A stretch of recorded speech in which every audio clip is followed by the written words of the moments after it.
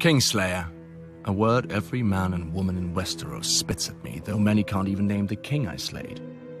I understand. To them, I'm a symbol of everything they'll never have and a warning that'll never apply, so they can loathe me from the safety of their small lives. But when a dog goes mad, we put it down. Why not a king? I was never supposed to be on the King's Guard. Oh, as a boy, I dreamed of the White Cloak like all boys, but I was heir to Tywin Lannister, Hand of the King. If he forbade the tides, the waves would cease. Then I was 15, and my father was congratulating me on my new knighthood in the Red Keep. I wonder if that was the last time he was proud of me. That night, there was a knock on my door, and I opened it to find my sister Cersei disguised as a simple serving girl. I hadn't seen her since my father had taken her to court when she was 12. She had grown up, as had I. She told me that my father planned to marry me off to Lysa Tully, but she could arrange for the king to raise me to the King's Guard so I could stay in the city with her.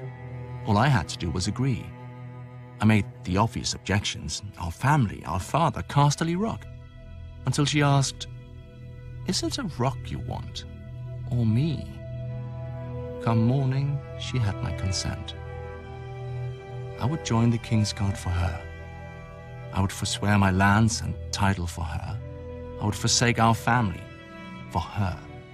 Soon, a royal raven commanded my father to present me to the king during the great tourney at Harrenhal to say my vows.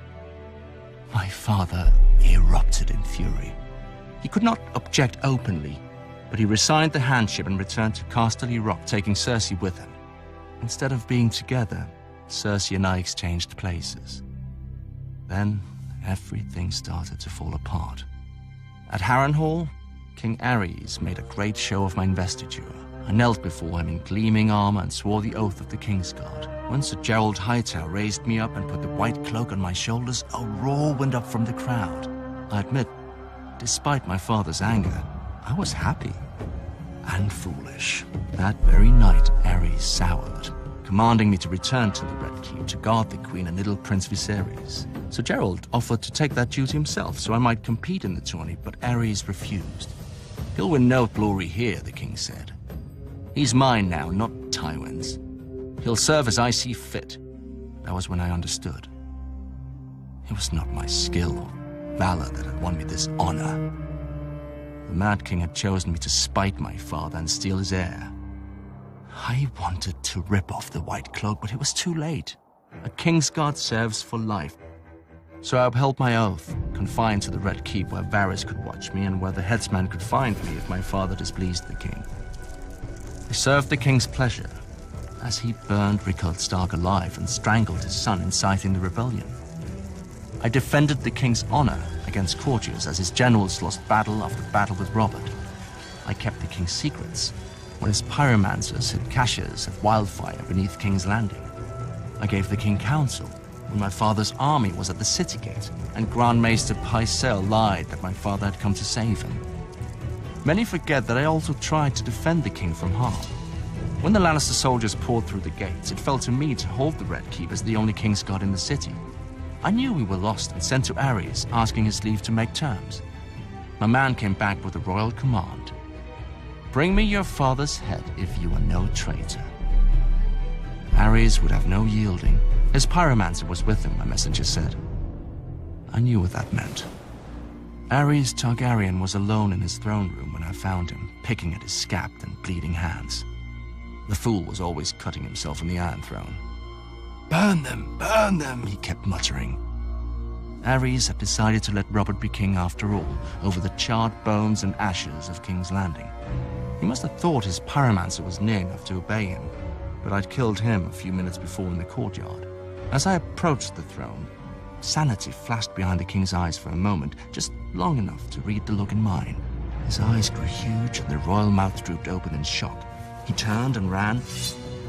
A single thrust was all it took to end the greatest dynasty the world had ever seen.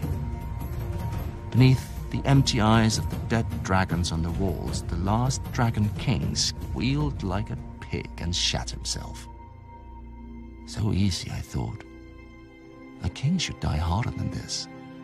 My father's knights burst into the hall in time to see the last of it, so there was no way for me to vanish and let some braggart steal the glory or blame. I knew at once when I saw the way they looked at me, it would be blame. Lannister or no, I'd been one of Aerys' Kingsguard. I commanded them to announce that the Mad King was dead and to spare all those who yielded. They asked me if they should proclaim a new king as well. I knew what they meant. Would it be my father, or Robert Baratheon, or maybe the child Viserys who'd fled to Dragonstone? A Targaryen boy king with my father's hand to rule in truth. I thought of how Ned Stark and Robert Baratheon would howl at this end to their great heroic war, and I was tempted. Then I glanced down again at Aerys, his life's blood oozing from the wound and pooling on the floor around him. Proclaim who you bloody well like, I said. I climbed the steps to the Iron Throne and sat on it with my sword across my knees, waiting to see who would come to claim